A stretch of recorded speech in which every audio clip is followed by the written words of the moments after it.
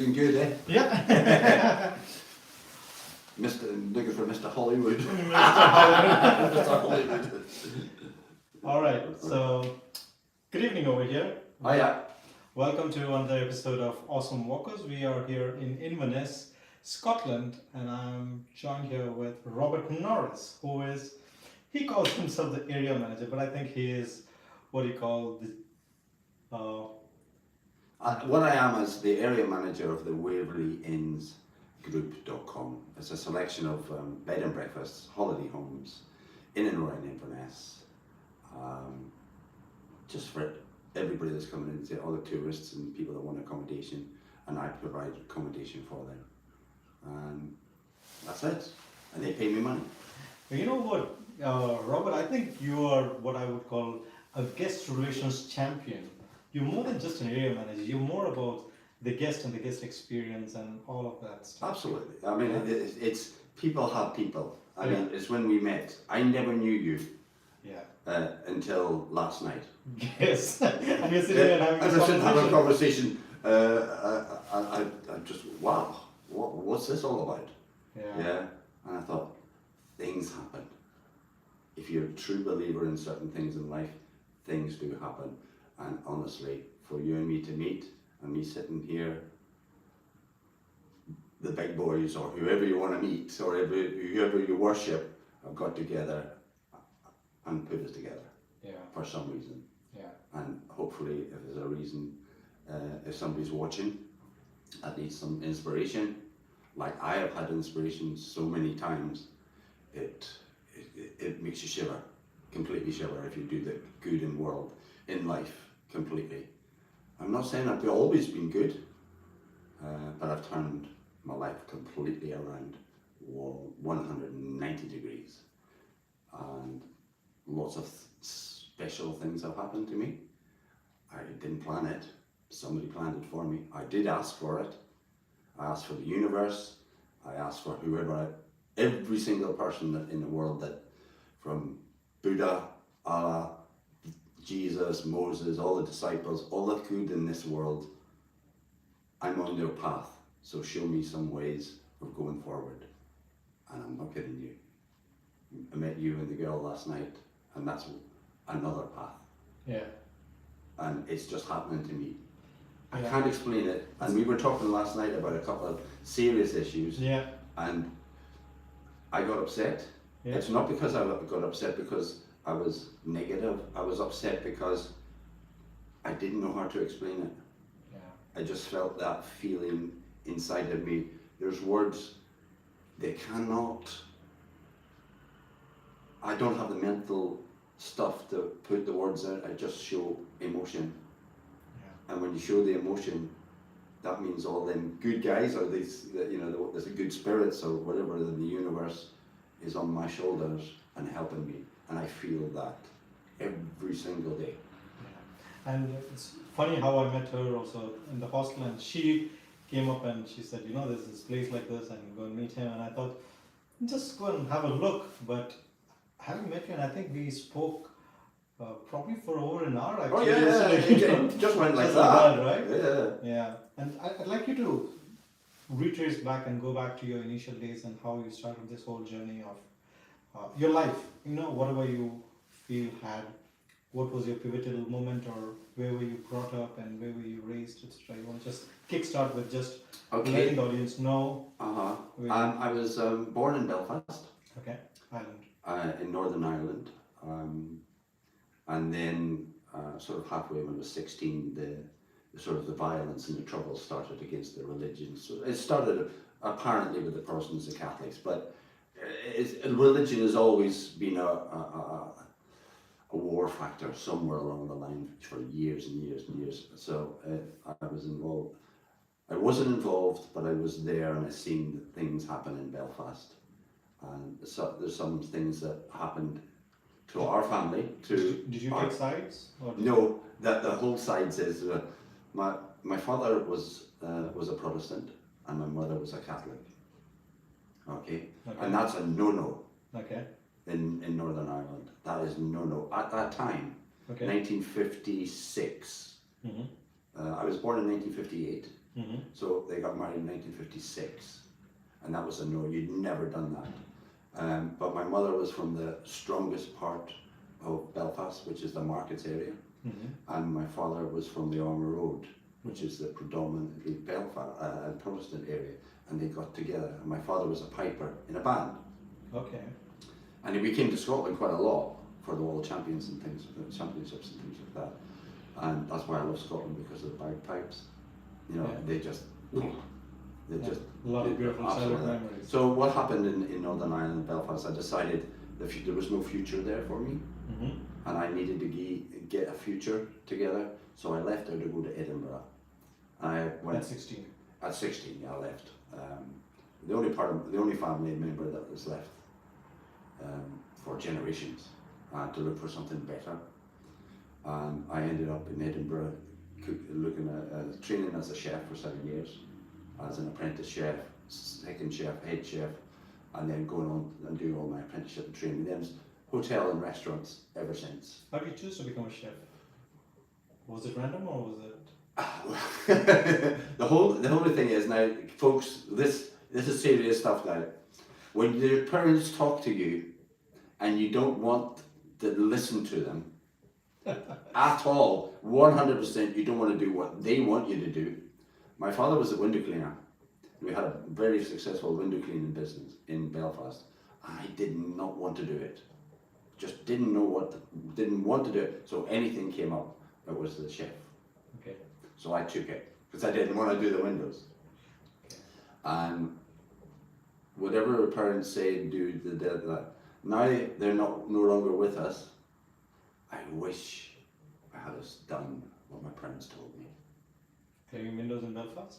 Cleaning windows in Belfast, because I've lost. I'm away from Belfast now more than I've lived in Belfast, Yeah. but my heart is still in Belfast. Oh, okay. You know, I still have a heart there. My parents are still around. They passed away. My granny, grandfathers, my cousins, my brothers, aunties, and things like that. They're all still there. So my heart is still there. And that's what I miss. And sometimes I miss that very, very much. But who knows? You know, if your parents tell you, oh, don't go, Robert, just stay here, just stay here. Who knows what life would have turned out, you know? But at the time, for me, the time was right just to move. Okay. So I made a decision. Looking back on it, it was a decision that I made that was right at the time. Okay. And for me now, I've learned that at that time, that decision of what I made was the right thing for me at that time, rather than the future. Yeah. Because I'm not thinking of the future, Yeah. I'm thinking of now. Yeah. And that was a struggle, thinking of now. I couldn't think of now. I thought of the past, and I was thinking, and I tried to think of now, but I was always thinking of the future. What would happen? I get a good job, I get a nice woman, I get plenty pay, plenty money. I never thought that I would be ending up doing a spiritual enlightenment on my life.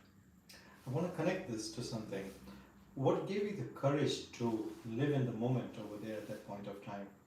To move countries and to move from Belfast to Edinburgh? What gave you the courage to just make that switch? Right, myself and my father were walking down the Armour Road. If anybody's here from knows the Armour Road, near the Ulster Cricket Ground, the Curzon Picture House, which is no longer there anymore. We had our ladders.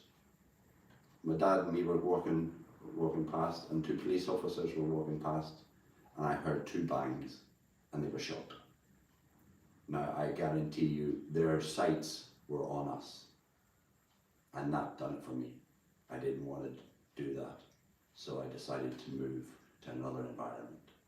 Something's shocking, and I seen them lying in blood, and that just blew my head. Just blew my mind, so I had to make a decision. So most of the stuff now that I'm making decisions on, something horrific has to happen, or something fantastic has to happen, or something great has to happen before I make a change or a leap forward. Yeah. And the leap forward now has been happening to me for the past 3 years.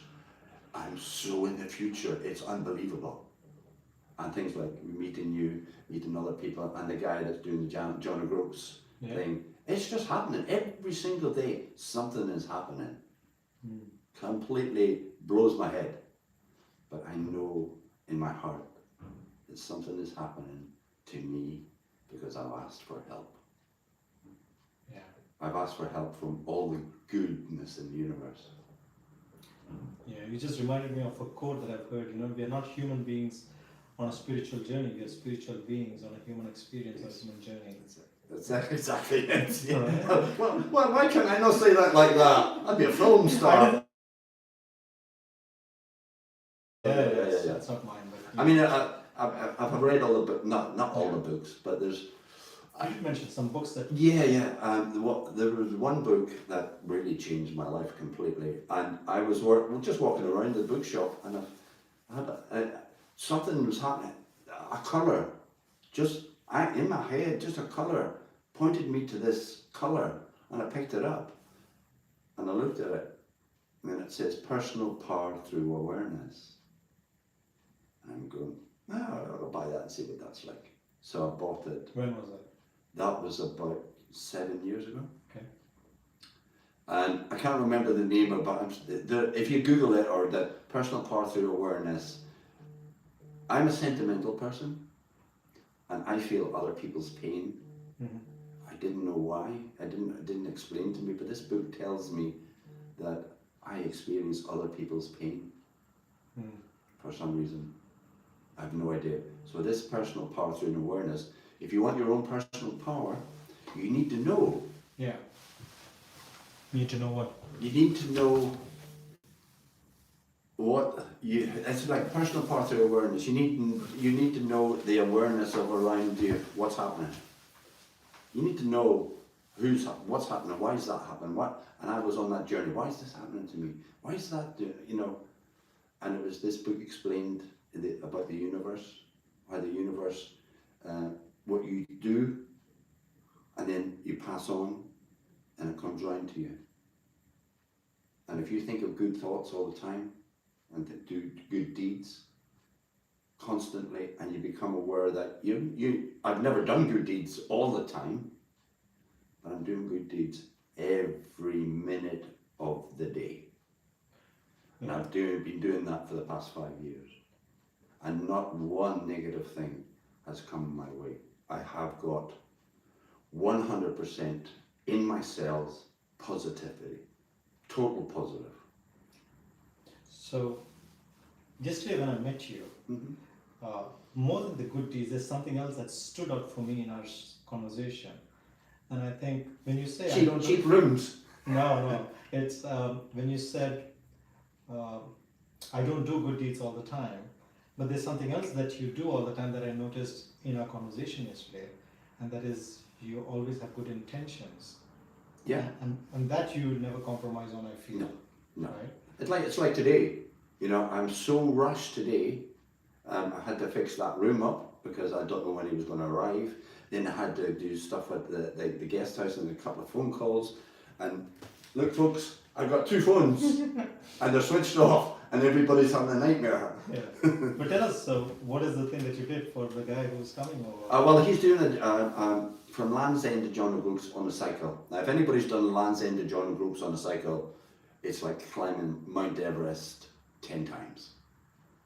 And it's just unbelievable. He's doing it for his mother. His mother passed away from cancer, and he's doing it for cancer research. And he's in the RAF, Royal Air Force. And he's stationed in Lossiemouth, which is not far away.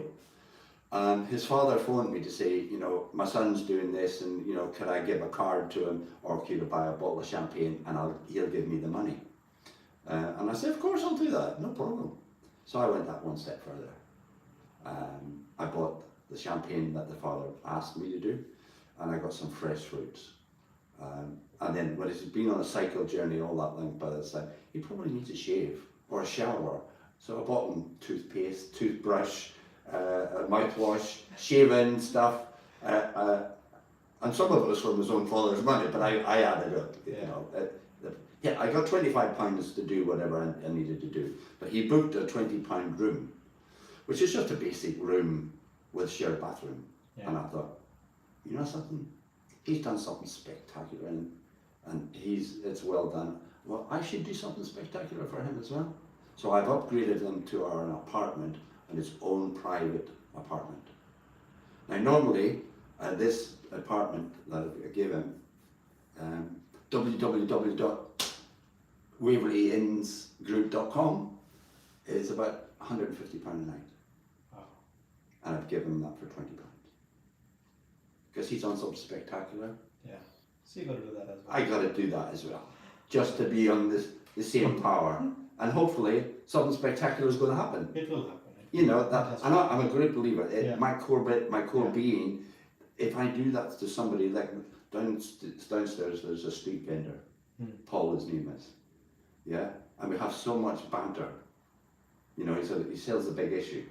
Okay. Yeah, and I said, why don't you get a tent or something like that, and you know, a wee fire going and all that kind of wee cooker and that. He said, the council won't give me planning permission. So we banter every single day, you know. So let's go back to the story.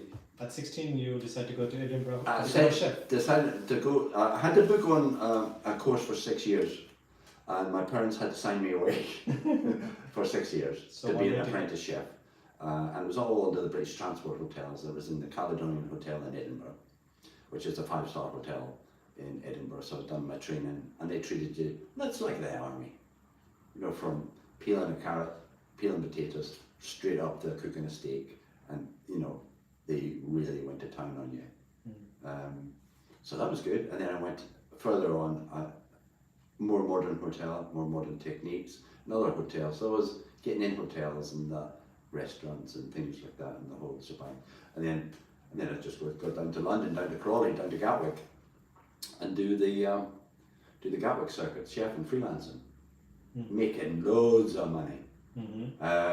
But you know, the rent and all that, everything else was more expensive, you know. So that was about it. And then I met a lady down there. Okay. How You did you know, meet her? oh, she was the personnel manager, and I was the head chef. So You had to meet her. yeah, personnel managers and head chefs get on very well, by the way. And I fell madly in love with her. And she was Scottish. Okay. She come from Norris. Okay. It's not far away. So we met, and yeah, everything just ticked off nicely, etc., etc. And then she moved back to Forres, which is not far away. And then From here. From here, yes, about 15, 20 miles from here. Yeah. And then after that, we just kept in touch. No long distance. It's no good for. I didn't want that. How do you keep long distance? There was no WhatsApp in those days.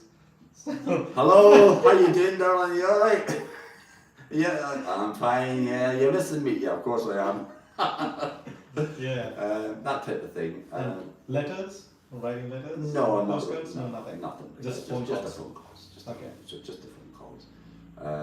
And then she asked me if, come on, Robert, do you want to come up to Forres? So she made a move. No, she was already here. No, I mean So she she made a made- move to you, saying, Yeah, do you want to? come up here? Okay. Come up here. And what did I do? Like a shot. Yeah. Like a shot. And no one. But then again, I was going through the stage of, if I had not went, I would the rest of my life. What if? What if? And I was on my positive route. You know, okay, this is coming my way. I have to do things. You know, leap of faith. Yeah. I have to do it. I have to do it. But then, you know, it was kind of cautious. But this was not cautious. I just done it. I just knew. I just knew that I would have to do it, because if I didn't do it, my life would be, what if? What if you did that? You know, didn't do that, or what if you'd done that? What would happen? How would your life change? And I went with my heart. Okay. I just went with my heart. No thoughts about, well, I'll get accommodation or I'll get a job. I didn't have a job. I didn't have anything. So that was somebody putting something in front of me, to say, right, Robert, if you want that, it's a leap of faith. Trust yourself, trust everybody else, trust all the spirits in the world, da da da da da. I was a bit cautious, but I thought, no, don't be cautious this time. Just do it. Just do it I'm gonna ask and you, see what happens. I'm gonna ask a question over here. I don't know if you've asked this, but what do you think made her ask you to come over? Yeah. No, tell me. What do you think? Was it that because it was a long distance relationship, there was no way to have deep conversations for a long period of time? Yeah. So, and we're talking this which year? 60s? Yeah. Well, what happened there was like, we talked all the time. Okay. There wasn't an effort. Okay. It was no effort. We talked till 2, 3, 4 o'clock in the morning over everything. And she loved that. Yeah. The communication to talking to somebody that you love and somebody talking back to you that loves you, for you, only you. And we talked about every single thing. And we ended up we didn't end, but what happened was we were constantly talking to each other. And we were building like a twin. Okay. And that was something special. And if there's any twins out there, you know what I mean.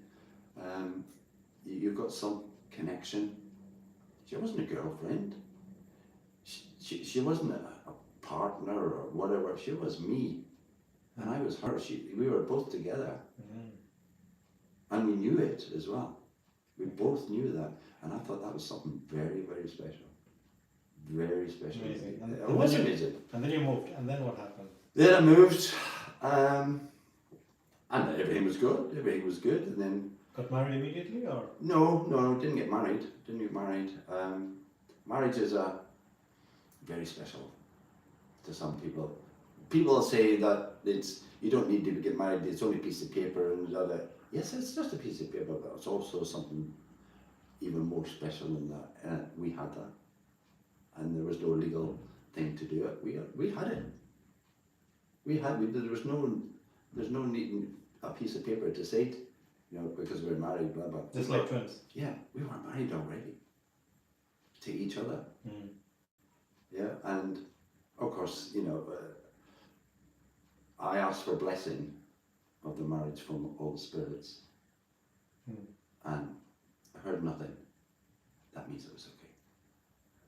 For me, if you hear nothing, everything's fine. But if there's rumbles or there's arguments, there's something not quite right there. And that's what's happening to my life. So you were spiritual back then as well? Yes, very spiritual. Well, I was brought up Roman Catholic. And the reason why that was, my father was a Protestant, my mother was a Catholic. And my mother, to get married in a church, they had to have permission from the Pope then. And they got permission from the Pope, but the children had to be brought up as Roman Catholic. My father agreed to that, because he wasn't really Protestant anyway. He just loved my mother. Simple as that. Just love, love, love. It was the outside world that dictated what they should and shouldn't do, and my father, no. I'm me. I want to do what I would like to do, just for the love.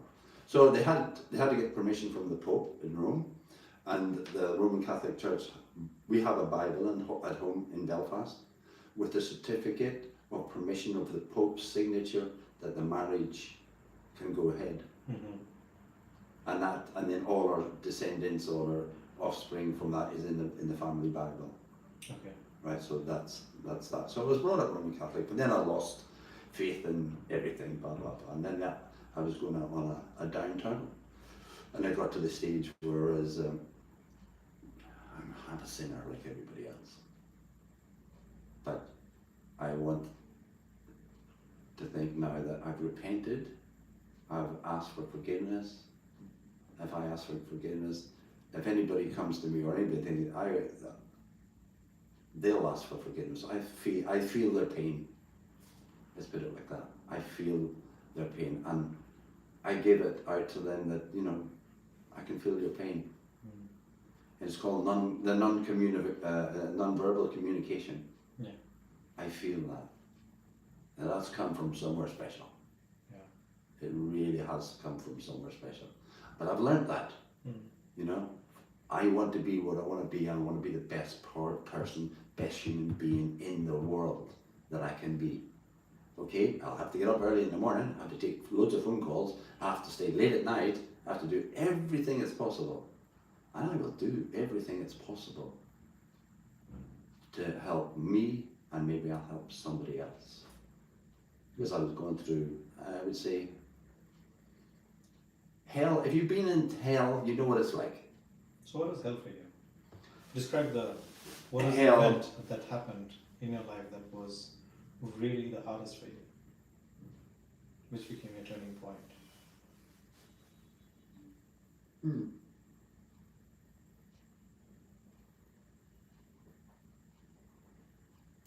The death of my partner. It's like last night when we were talking, I got a bit upset about it. But it's not a negative upset. It's the spirits telling me, you're going to be okay. You'll get over it. You'll get over it. You'll get over it. But every time I mention something, you know, the emotions come out. And I feel her around me. I feel the best around me. And I have no words for that. Only feelings. The feelings are pure. 100% pure. Every bone, every cell in my body is pure. I like to think they're pure. They're pure. They are totally pure. And when you just mentioned partner and things like that, you're lost. There's no words to describe it. If anybody's going through something really horrendous, there's no words in this world that describe it. There is absolutely zero communication that you can. Emotions take over. Do you think it is because the moment you start trying to articulate it or say it in words, you feel like it is contained and it cannot be contained? It's more than the words. It's more than the words. It's more than... if there was somebody out there in the universe that would turn around and say something like that, it's a collective of everything good in the world. And nobody can understand that. If you can turn around and say the Bible is good, or the Quran, or anything like that, it's all of it is good. All of it is good. And it's for the better of you, but it's your interpretation of it. Yeah. It gives you the words, it gives you the things, but it doesn't give you the feelings that you actually feel inside you. That comes from your history, your own background, your own memories, your own sorrows, your own belief system. Now, I didn't have a belief system at all. Zero belief system. Although I was brought up Roman Catholic and I did not have a belief system inside my body. So it went... Until how many years ago? About 6 years ago. So after the book, it was the beginning of the journey. Yeah, that was the beginning of the journey, and then I went back down to England again and done some work for Crawley in the Gatwick area, and then I was in a nunnery. And your partner passed away? Years ago? Yeah. Also 7 years ago? Yeah, 6 years. 6 years. Okay. So I went back to what I know and making the money, and but that was like going back to memories, and you know, we were there. I wanted to feel that pain.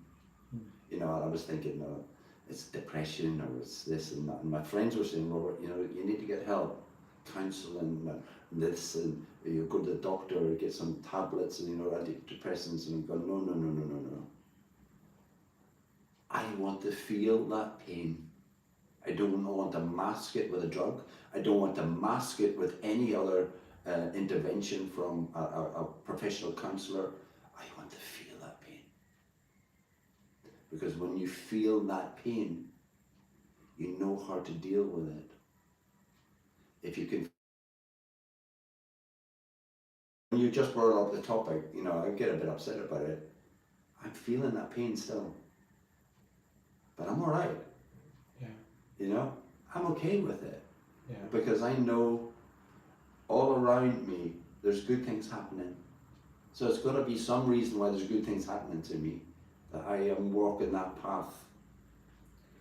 What if someone is going through that pain, but they don't know how to deal with it? What would you tell them? They're just like, this is so painful and I'm not able to deal with this, Robert. What do I do? This pain is... So what gave you the strength, or what gave you the direction of dealing with that pain? Do you have anything to share? Yeah, there's a huge question. To answer that, I think it's just my upbringing, where I've come from, what I've done in the past, and what... I'm aware that there's things in this world, spirits in this world, and there's people looking at you that you don't know. I didn't know that before. Everybody says, okay, there's this and there's this. But I believe that now. I seriously believe that. So that's where I needed a belief system. So that belief system took me to, like we were talking last night, Proskaden Abbey in Elgin. And I was working down in Gatwick area for the nunnery thing. And then I got paid. And they gave me a little card, just a wee card, just a thank you card. And I just put it in my pocket, you know, didn't think anything. Where's my money? You know, for my wages, you know. So I got that. You know, a while later, I just had a wee walk around Elgin and going, yeah, I'll go in there. So how do we look in? I thought, I know that statue. It was the Virgin Mary and Jesus, and I think, I know that. So where did I know that from? Click straight away. The place that I worked at Crawley gave me this little card. I went straight home, looked at the card, and since that the day, I never looked behind it to see where it was from or what was written on it. Proskaden Abbey, Elgin. Oh my God. So I'm supposed to be here. Why am I supposed to be here? So I haven't left this area since then, and I go frequently back to Proskaden Abbey because a miracle like that, I think it's a miracle. Yeah. Certain things, if you acknowledge or certain things that you know that's happened to you, that's good for you, it's a miracle. Yeah. You didn't make it. Your next door neighbour didn't do it. Somebody looking after you somewhere along the line. And that's what gave me my motivation, that maybe my partner is there somewhere in their soul or something like that. Which is why you don't want to go to Belfast. Which is why, even though you miss it, you want to be here. Yeah. I've been here that long in Scotland that Belfast now is home. Belfast now is in the heart. Yeah. Whereas my life outside of that is here. The question I was asking was, how does someone deal with the pain of probably losing someone? And you said it is probably your upbringing that gave you the strength. Maybe some people don't have that luxury, right? Yeah. But they really want to deal with it, and they really want to feel the pain, and instead of masking it or taking drugs or whatever it is you need to feel pain, and I'm not. Feel pain, but how do you deal with that pain? How do you deal? Well, how you deal with that pain? That pain is there for you to see what you do with it. Some people go, I've got that pain, and it's not going to go away, and it's negative, and it's this, and it's that, and then one thing, one tune, it blows you for 6. But something out of the blue, it gets you right back there. And you never even thought about it, and it hits you in the face. So maybe it's a fight that I had. And it's to deal with my upbringing in Belfast, a fight against oppression. Because the oppression was like, the Catholics then, you weren't allowed in grammar school. You didn't get a social security job or a good job. You got the manual jobs and menial labour jobs. So it's a type of apartheid as well. And if your name fitted, you're in. If it didn't, you're out. So that was the struggle in all of Northern Ireland. And so I took it one step further. I'm going, okay, I'm going to fight that. But I'll fight that in my own life to forward myself. So that's probably where my motivation comes from. Is that I want to feel that pain, because if I feel that pain, there's something I need to do to fix it. Yeah. And that pain, when you feel the pain, somebody's putting it, or something is putting it towards you to make you better. They're not going to make you worse. Although you might think it's going to make you worse. Something somewhere is giving you that pain. See how you deal with that. If you deal with that and it goes forward, we'll throw something else at you. And step by step by step, good, good, good. And that's the way I done it. Yeah. And it's a test. It was a test. Yeah. You know what I like about the way that you share? I don't know if someone's told this about it to you before, but I've just observed that you don't like to give advices. You don't give advice to anyone. You just share your story, you share what you're going through, and take whatever you want from that. Mm-hmm. And I think that's brilliant, actually. And because nobody knows, and I guarantee you, nobody knows your pain.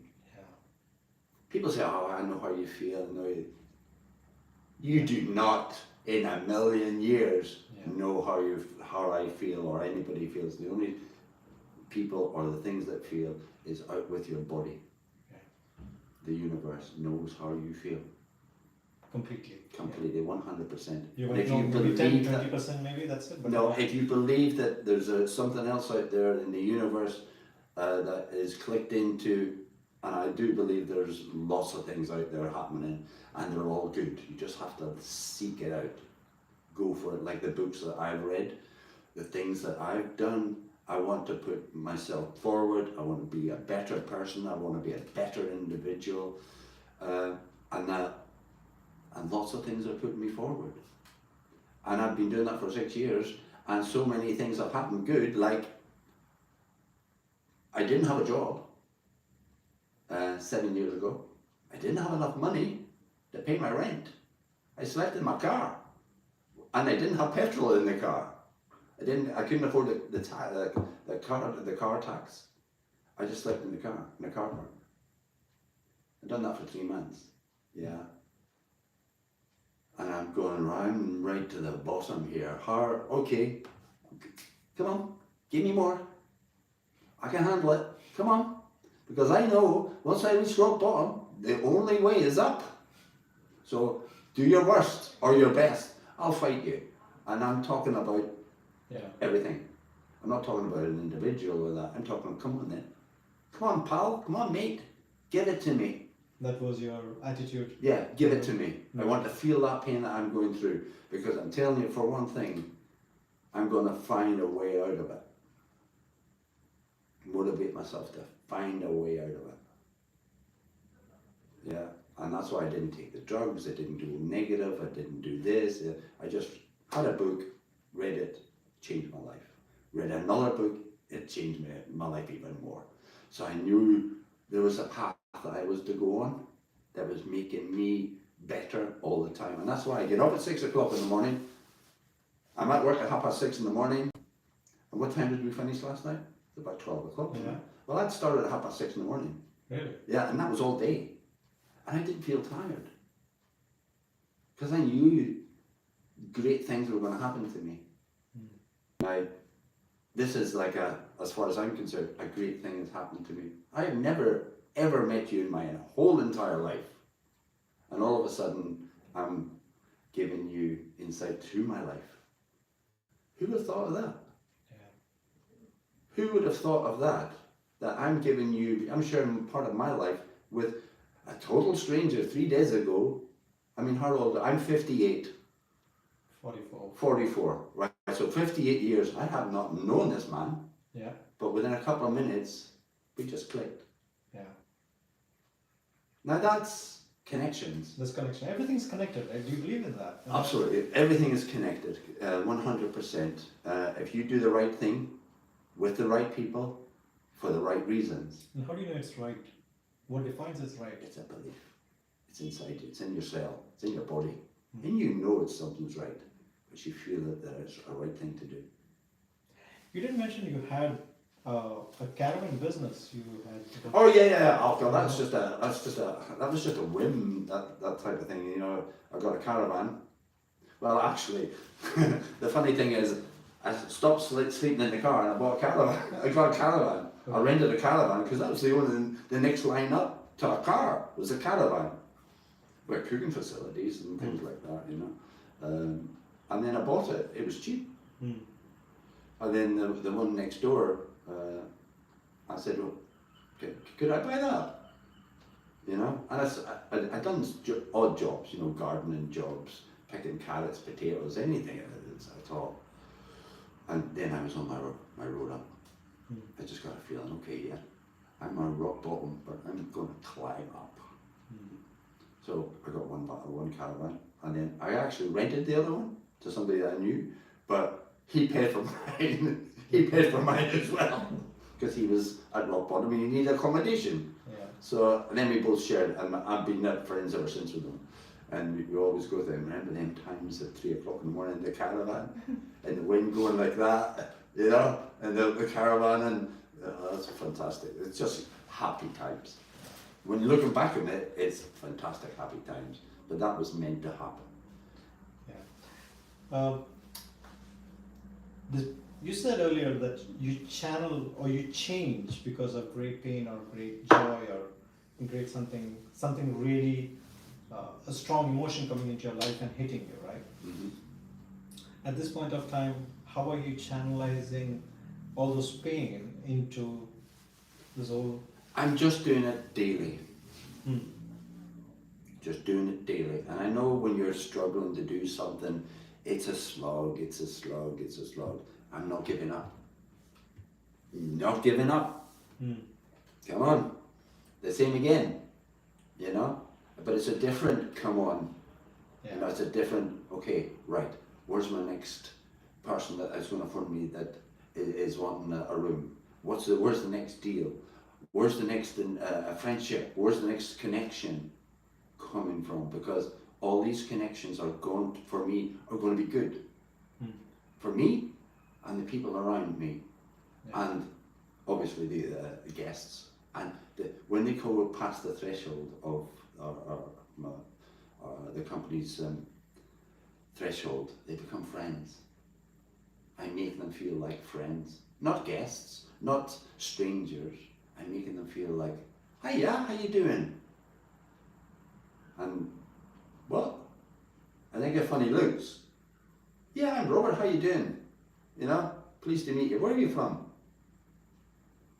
And they're going, hold on a minute, this guy's talking to me. And they don't expect that. Yeah. And then they say, and then what happens is, oh, can we stay another night? So I'm saying, well, of course you can, but you need some money. give us the dash. So, and a lot of people now, and they're rebooking, and they're coming back, and they're from, Robert, you've got a room, Robert, you do this, and I'm going, hey, this is working. When you know it's something is working, just keep at it until the next level. And that's when I got out of a rut. I knew something was happening. I knew something, somewhere, something was happening. I just had a slog to get it all sorted out, carry on, day in, day out, day in. Like it was, this morning it was raining heavily this morning. I had to walk to work, you know, and the rain was hitting my face and within my glasses, you know, and I'm going, okay, come on, motivate yourself and do that. But it's like all champions, all, my inspirational guy and my hero. Who's your hero? My hero, Muhammad Ali. I was thinking. Right. Now, I know him as Cassius Clay and all that kind of, but Muhammad Ali has changed his name, etc. But not a religious thing. And again, it goes back to my past. My uncle was the Irish champion, boxing champion.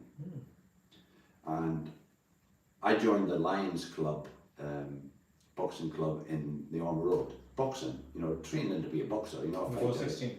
Yeah, no, when I was younger than that. Yeah. And I got hit a couple of times in the boxing, didn't like it one bit. So I stepped out the ring. Let's do the window cleaning instead. So that was fine, that was okay. But Muhammad Ali, for me, is the one inspiration that he fought all his life. He fought in the ring. He's the mega world champion. You can never get the best person as a sports person ever. I don't know. I suppose there's, you know, like the runners, Mo Farah and all the other, you know, great runners, great boxers, great football. They've all got something in common. They've always strived to do the best that they possibly can and motivate themselves the best that they can. I mean, although Muhammad Ali's passed away now, but then he had Parkinson's. He was still fighting. Yeah. He was still fighting Parkinson's.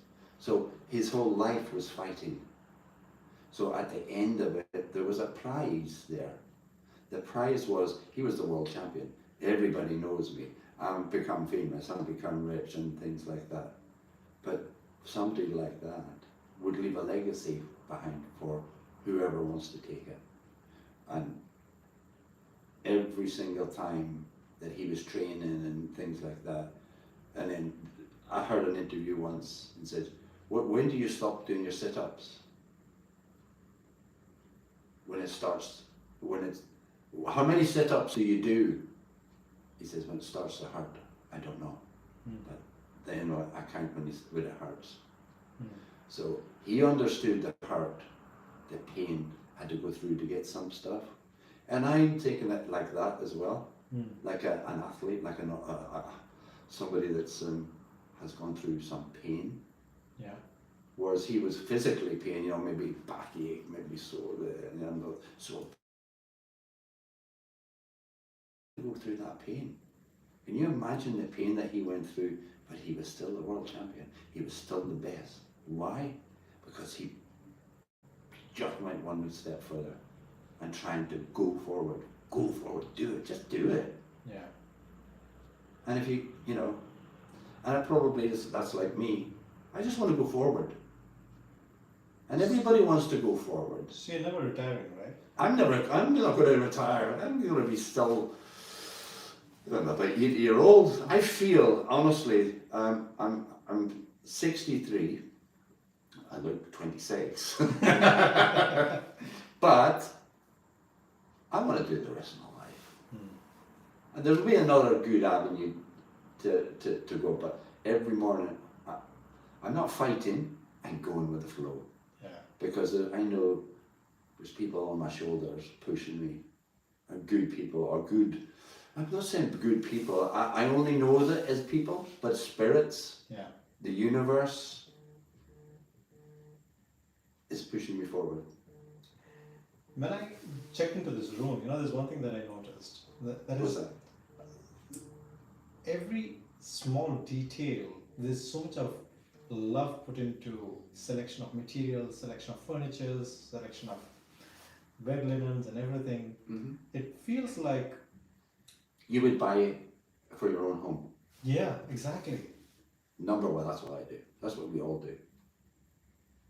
To the very, you know, corner of the table, the carpet, the sofa there, you know, it's all love. It feels like, I was always think it's like home away from home, you know, the kind of feeling that you have over here. Yeah, it's home. It is definitely the furniture that you would have at your own home. It's not cold. It's not, you know, sterile. It's going, yeah, it's chairs. It's nothing special, but it makes you feel good. Yeah. And that's why people come around and say, "Can I have another night?" Yeah. As cheap as you can, you know. I know. yeah, I'll try my best. But I don't want too many deals. Yeah, too many cheap deals. So, we're coming towards the end, and I want to ask just one more thing over here, probably one or two, I'm not sure, depending on your answer. What do you want to be remembered for? Remember, if I pass away, Yeah. What's your legacy? he tried. He's trying every day to be the best that he can be. I'm not computer literate. I'm just trying to be the best individual human being as I can be. And if somebody takes it from that, yeah, I could be the best, okay, try it. It's not easy. Now, if you ask Muhammad Ali to be, you wanted to be as famous as him, he'll turn around, or somebody like that, or an athlete, say, okay, then try it. Try it, see how you get on. It has to be a special individual that does these things, and that's why it's Muhammad Ali. It's the footballer, it's the runners, it's the tennis players. They've all got a gift that they know that they've got a gift, and it's to do with knowledge. You need to know if you have a gift to give other people. If you have a gift to give other people, go for it. I tell you, go for it. Because everybody has a gift. Everybody's unique. Yeah. Everybody's an individual, and you're so special. Yeah. And I didn't think it was that special. But I do believe now, I'm a special guy. You are. I'm a very special guy. But I'm not gonna, hey, I'm a special guy. Just behave. I just behave special. Believe, yeah. And believe. And don't say too much. One last question. If there's someone out there sitting and watching, and we are all in different contexts at the crossroads of life in some context or other, right? There's some decision that you have to make. If someone watching right now is at a crossroad in relation, health, career, or whatever it is, apart from try and be your best, is there any other message that you would want to give them? You know. Because if you're doing it right, something somewhere will tell you you need to do that. I'm not going to tell you what you do. Yeah. You understand what I mean? Yeah. Yeah, They know it. You know it. Of course you know it. Just do it. Yeah. I'm going to do this, and I don't want to do that, and I'm going to listen, people, or I'm sorry, I don't even know yous. You know. In there, you know what to do. Yeah. And if you have the courage and the willpower and the knowledge and the help from other people, obviously, it's in there, it's in you. If you want to feel it, you've felt it. It's inside of you to do what you want to do for yourself to make it better. You know what to do. Yeah. There's no books, there's no professors or counsellors will tell you what to do. They'll advise you, they'll sort of, yeah, okay, I'll turn around, yeah, well, okay, all right. Well, tell me what you're going through now. Hey, I'm sorry, but I always say, all right, mate, you know inside you, you're better than what you are at that precise moment in time. You can be better, you can do better. Something's holding you back. Listen, there's something's holding you back for a reason. You're not ready for it. Go with the flow of things. If you go with the flow of things, it gets easier and easier and easier, and then you go forward. And if you are a true believer in your own self and your own body, in your own mind and your own gift, that you're totally unique. Yeah. If you're a believer, if you believe in you, the one that believes. I have a photograph of me when I was about 4-year-old. Okay. All right. And I said, I talked to that little boy. You do? Yeah. It's the same hands, the same fingers, the same nose, same ears and eyes, and same type of boat, but only older. And I said, look, mate, I am not going to let you down. Try that and see what the effects that has on you. Find an old photograph of you. That's what made me change my life as well. Find a very old photograph of you, you know, totally innocent, totally, you need help, you need somebody to hold your hand, to wash you, to clean you, or do anything, or take you to sleep, or, you know, that little person there was looked after. But don't let you down. And when you get to that stage, when you look at your photograph, and you look at your own eyes when you were a little child, I'm not going to let you down. Don't you worry, mate. Just watch me. And you just go back to your childhood. And you just go forward. And that's how I don't let him down. I don't let my childhood down. Amazing. Isn't it? That is one of the most powerful messages, and the simplicity of it, that you know. You know inside you, you know, Yeah. definitely know 100%. Yeah. Robert, it's been a pleasure. Thank you You're so welcome. much. Okay, folks, don't forget, you come to Inverness, Yes. look me out, okay? All right. Cheers, Dan. Ciao. Ciao. Okay.